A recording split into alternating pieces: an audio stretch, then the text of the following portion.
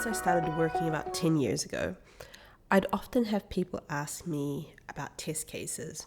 They'd ask me, oh, what's the progress of the test cases? Or how many test cases have you written? How many test cases have you executed?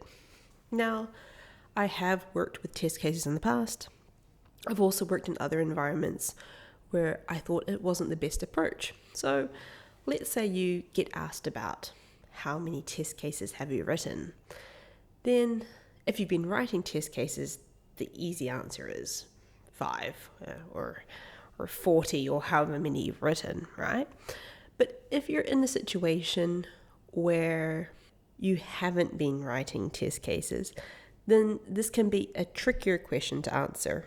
You may also have been asked about how many test cases have you done or how many have you executed. And one thing I want to talk a bit about is how to address these questions when you have been taking a different approach to testing. So firstly, I just want to draw attention to the fact that in my experience, I've found a lot of people see test cases as the only way to test. That is, all testers write test cases. So it's a perfectly logical question to ask a tester, as this is what they all do. Many people, including in testing, don't know that there are other approaches. For example, exploratory testing, and one way of organizing this is through session-based test management. One thing I've found when it comes to people asking for test cases is that there is a difference between what people ask for and then what people actually want to know.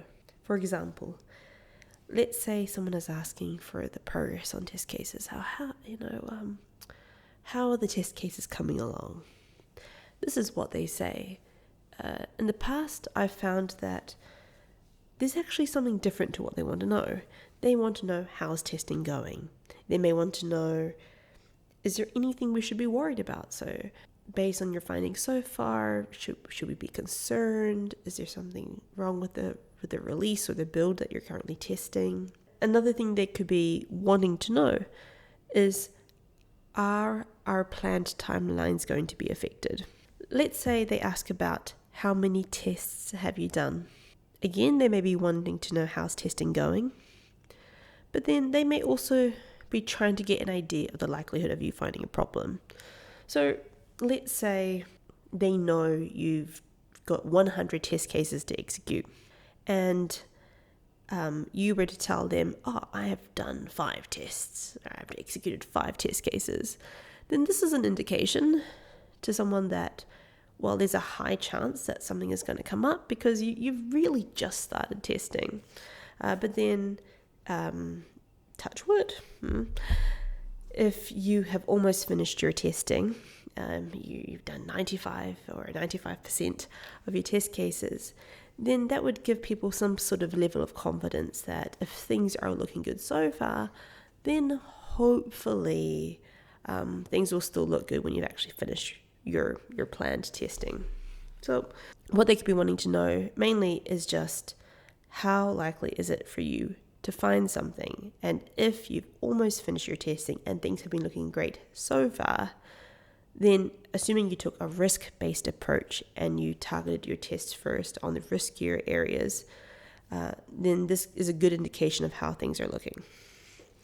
But then for me, when people ask for test cases or they ask for numbers, they want to know, how many test cases do I plan to write? Often this has been because people like numbers. People like how concrete they are. People like that they're easy to grasp. And saying to someone, say you're going to use session-based test management as an approach, and you were to describe to them and use stories to explain how things are going and which charges you've done, and maybe like done some sort of high-level overview, people may think that that's too much information or something. So then what they prefer is a number. There are 100 test cases. We want things to look good. So, we want 99 or 100 to pass. Now, for me, Personally, I would say proceed with caution for something like this, because numbers don't always tell the full story. They can be deceptive. You could have 1,000 passing test cases, or 1,000 test cases, and 999 of them are passing. But if there's this one test case that fails, and this is for a scenario or a functionality that you really must have, then the numbers are painting a better picture than reality. Saying goes of if you have a bunch, say 10 passing test cases or failing test cases, but they're all minor corner cases that hardly anyone will ever encounter, and you may proceed to go live with these known bugs anyway, the numbers don't tell the full story as to how exactly people will be affected. So if people try to really ask for numbers, I tend to just say to them, this is how things are going. I will say, this is what I've tested so far, and based on what I have tested, based on what I've found, I haven't found any issues. I would then say, this is how much testing I have to go. These are the areas that I haven't had a chance to touch yet. I'll do that in the next few days or whatever. Based on this approach, so far so good. I haven't gotten any pushback because I give them the information they want to know. They asked a question, but they didn't ask the right question.